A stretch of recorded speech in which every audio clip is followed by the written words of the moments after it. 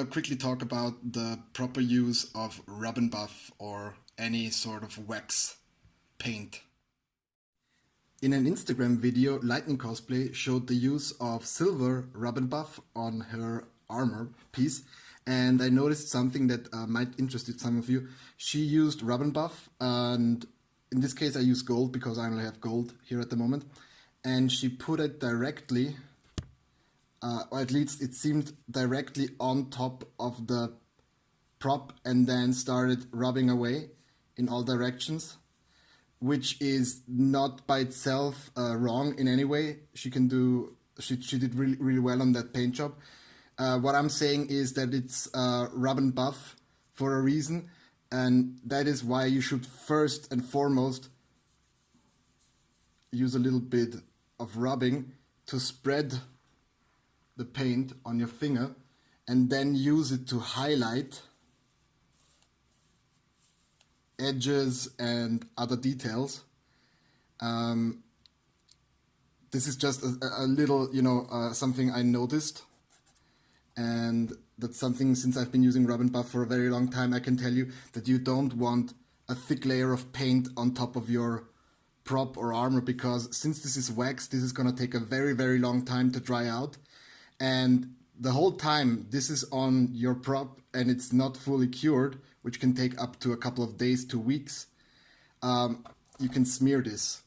And this is not something you want to happen on your props or costumes, because it can ruin paint jobs. It can, it's super, it's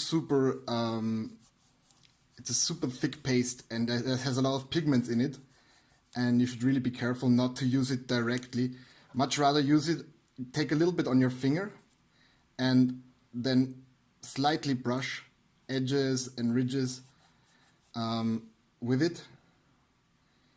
So this is just a small hint from my side. This is just something I noticed, so that's something to really avoid. Secondly, please use rubber gloves when using wax paint. I know the picture on the box shows you that you can use your fingers, but there's a lot of metallic pigment in this stuff.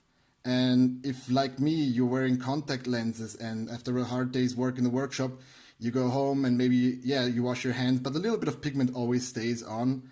If you've ever worked with paint, then you know what I'm talking about.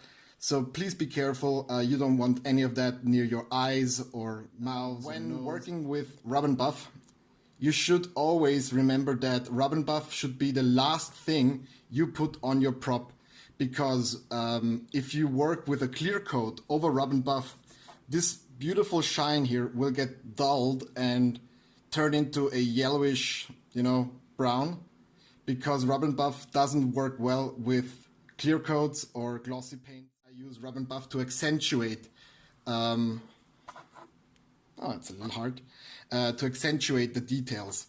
Which brings me to my last point, so number 4, I think, at this point. What I see a lot of people doing, and that it's not something that concerns the Lightning Cosplay video in any way, it's that they use rub and buff directly on the paint. So they use a primer, usually a black glossy primer, and then they use rub and buff simply directly on top of that, which is fine. It's a very quick way to work, and it serves well. The only point I'm trying to make here is, you can see here that if you just use rub and buff, it's a nice golden color, of course, but the effect somehow gets lessened by the amount you use it. So you have a nice golden color, but suddenly everything is a nice golden color. And if you really want it to, stick out of the crowd, then you should employ it as it's supposed to be employed, as an accentuating color. So instead of, let me just, I use this horn as an example. Here we have just a gray primed horn, which I can now rub with a little bit of rub and buff.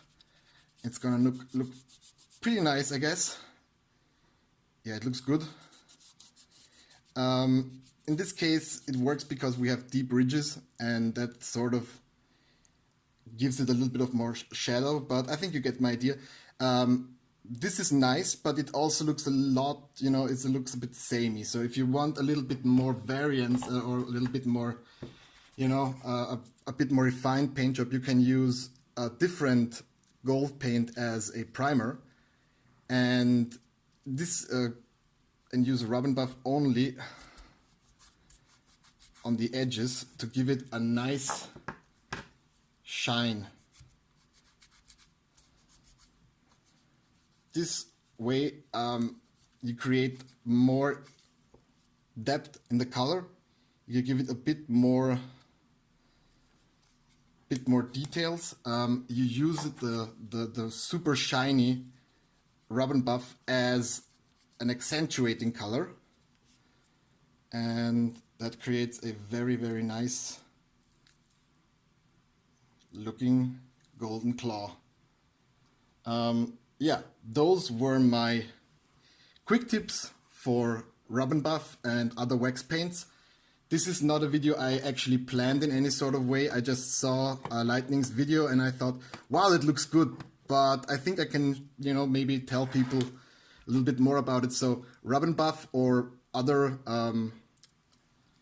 wax paints are readily available at your local craft store. You can get them on Amazon pretty cheaply.